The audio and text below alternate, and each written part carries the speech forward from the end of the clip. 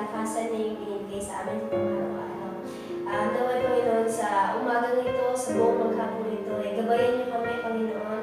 Ngayon din, Panginoon, nagpapasalamat kami sa lahat ng biyaya, Panginoon, na yung binibigay sa amin, sa bawat isa sa amin. Pinadalangin ko, Panginoon, na itong activity, Panginoon, na gagawin po namin sa araw na ito ay magpatuloy po, Panginoon, at lahat po ng makakarinig, Panginoon, ng iyong mga salita sa araw na ito ay ma-bless, Panginoon. Ito po ang aking dalangin, Panginoon, sa pangalan ni Jesus na pinagpapalitas. Amen. So, let us all stand.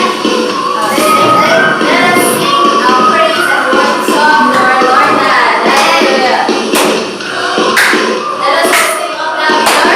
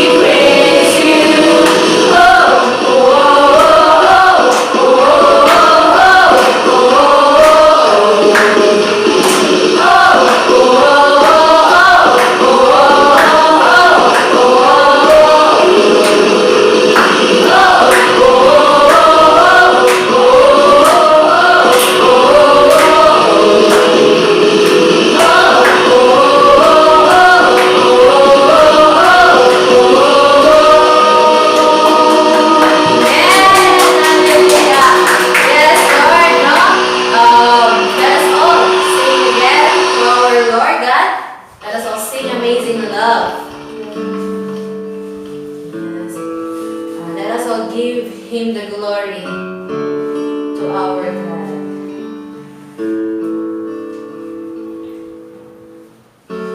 I'm forgiven because you were forsaken, and I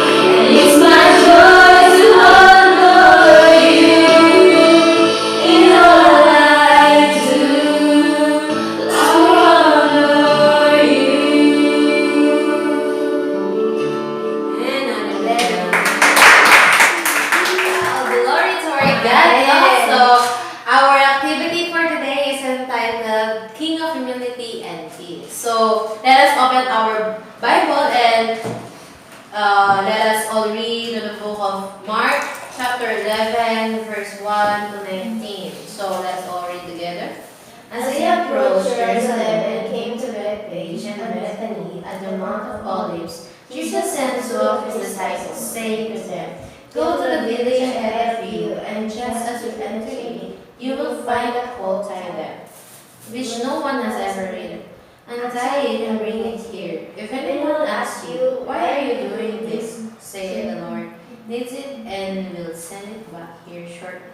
They went and found a colt outside in the street, tied at the doorway. As they untied it, some people standing there asked, "What are you doing untying that colt?"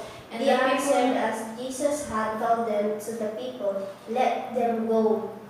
When they brought the colt to Jesus and threw their clothes over it, he sat on it. Many people spread their clothes on the road, while others spread branches they had cut in the fields.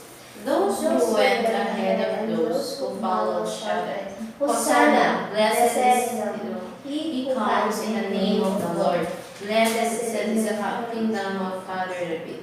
Hosanna in the highest heaven." Jesus entered Jerusalem and went to the temple courts. He looked around at everything, but since it was already late, he went out to Bethany with the 12. The next day, as they were leaving Bethany, Jesus was hungry. Seeing in the distance a fig tree in leaf, he went to find out if it had any fruit. When he reached it, he found nothing but leaves, because it was not the season for figs. Then he said to the tree, "May no one ever eat fruit from you again." And his disciples feared and said it. On the reaching Jerusalem, Jesus entered the temple courts and began driving out those who were buying and selling there. He offered first the tables of the money changers and the benches of those selling doves, and would not allow anyone to carry merchandise through the temple courts. And as he saw them, he said, "Is it not written, 'My house will be called a house of prayer for all nations'? But God made it a den of robbers." The chief priests and the teachers of the law heard this and began looking for a way to kill him. For they feared him because the whole crowd was amazed at his teachings. When everything came, Jesus and his disciples evening with him, they went out of the city. Amen. Well, glory to our God. No? So, Julian, what is your idea sharing of for today? My Bible verse for today is Mark chapter 11, verse 1 to 6. As they approached Jerusalem and came to Bethphage and Bethany at the Mount of Olives, Jesus sent two of his disciples, saying to them, "Go to the village ahead of you, and just as you enter it, you will find a colt tied there which no one has ever ridden. Untie it and bring it here. If anyone asks you, 'Why are you doing this?' say, 'The Lord needs it and will send it back there shortly.'" They went and found a colt outside in the street, tied at a doorway. As they untied it, some people standing there asked, "What are you doing?" Untying that colt. They answered as Jesus had told them to. And the people let them go when they brought the colt to Jesus and threw their cloaks over it. He sat on it. So based on the verse that I read, you will see here how his disciples obeyed and followed Jesus' command to them. They never hesitate to do what Jesus had told them, and they immediately do it. I hope also during this time we should open our eyes on what's happening around us, and I hope this virus that's spreading around the world will serve as a wake-up call for us to seek Jesus in everything that we're doing and to follow His command also. Because just like these disciples, they are so blessed with God because they are so obedient. That's why we should also be obedient to Him for us to be blessed. And I think this is God's plan for us to have that virus because it's Jesus' way for us to turn back to Him and be saved. Okay? Yes. So yeah, glory to our God. So how about your Apple? What is your sharing for So today? yun. As when we read the Bible, we see here that Jesus Christ entered to the place just riding a donkey. You see that God is truly the King of humility, because when he was here on earth, he made himself humble himself by riding a donkey. Imagine that. Who would like to ride on a donkey? If you are a king, you would like to ride on a donkey. If I am a queen, for me, I will not ride a donkey. Instead, I will ride a luxurious car that represent my status in life. But our God did not do it. Instead, he humbled himself, even though he is a God and he can do anything because he is powerful. So are you not ashamed on yourself? You're so boastful of what you have, but you didn't even have proof. Many believers are like this, and especially those who are not non-believers.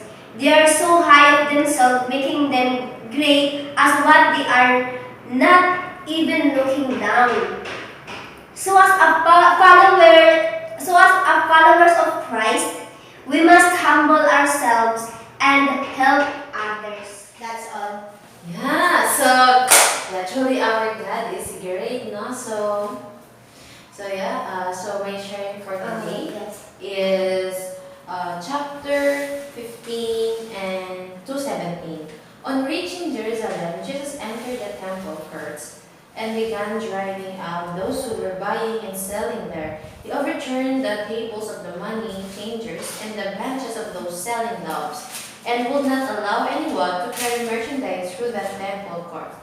And as he taught them, he said, Is it not written, my house will be called a house of prayer for all nations, but you have made it a den of robbers.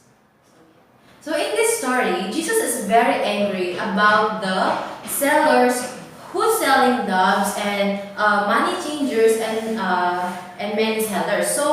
And it says here that it is written in the Bible that my house will be called a house of prayer for all nations. So the temple of God must be a place of prayer. So this place, which is the church, must be open to all nations. So not to all nations, also to all, everybody.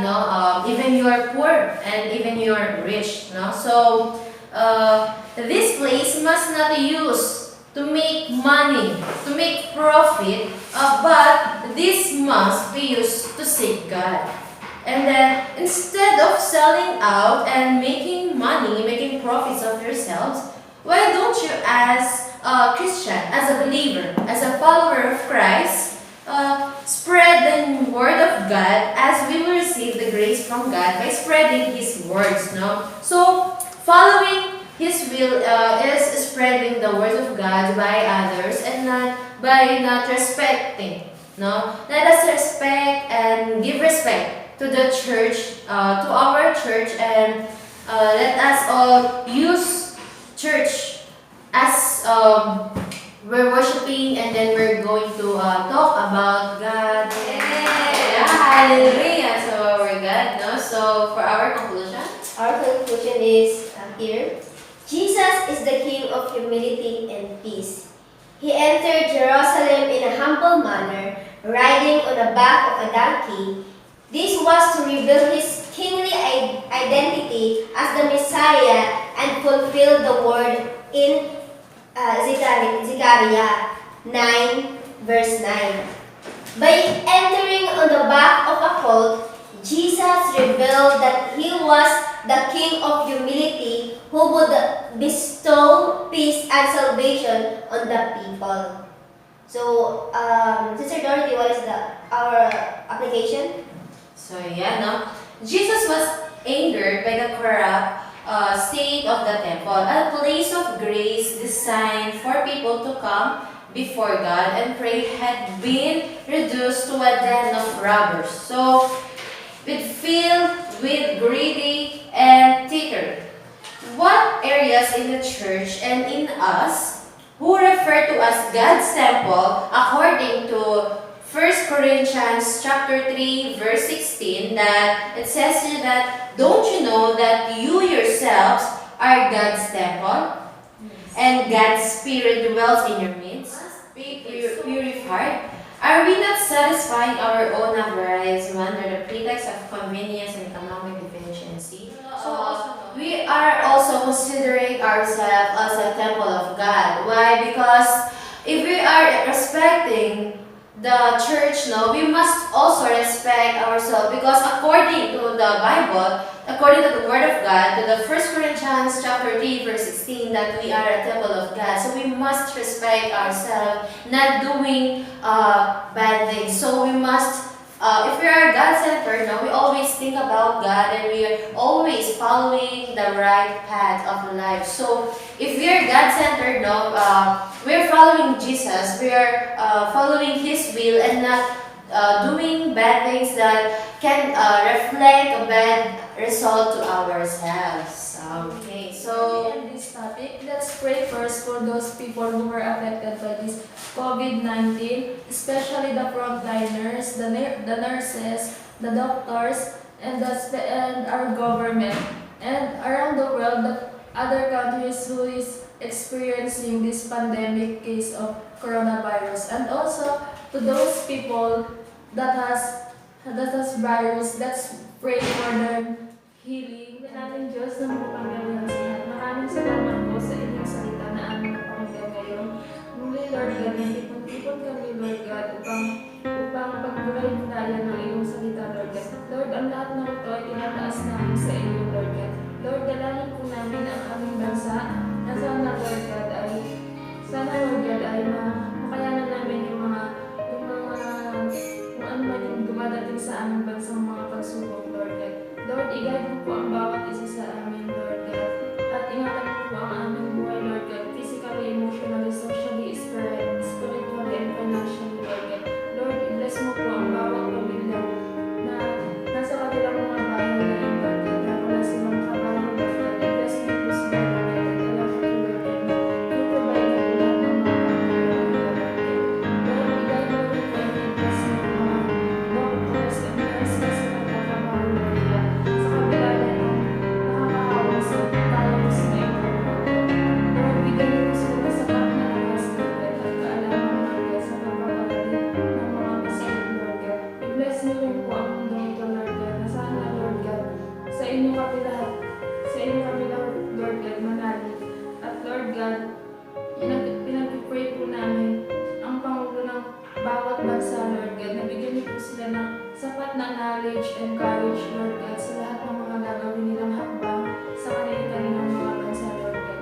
Lord, dalangin po namin ang buhay ng bawat isa sa amin ngayon na nandito, Lord God, sa inyong harapan, Lord God. I-guide niyo po kami at i-bless niyo po ang bawat isa sa amin, Lord God. At nawa, Lord God, lahat ng mga natutunan namin salita sa inyo, Lord God, at mga mapakinggan ngayon ay magamit namin sa pang-araw-araw na aming buhay, Lord God. Lord, ito po ang aming sa aming dalangin sa pangalan ni Jesus. Amen. I'm asking for your help and support, no, to our page, no. Please like our Latinas Presbyterian Church Youth and the Ananas Presbyterian Church Youth page, no. So for you to be updated with the happenings and activities that we are doing, no. So thank you. Then, muli pong paalala namin na kung sino po ang sumasama po sa amin makipag-online meditation, please take a picture of you and your family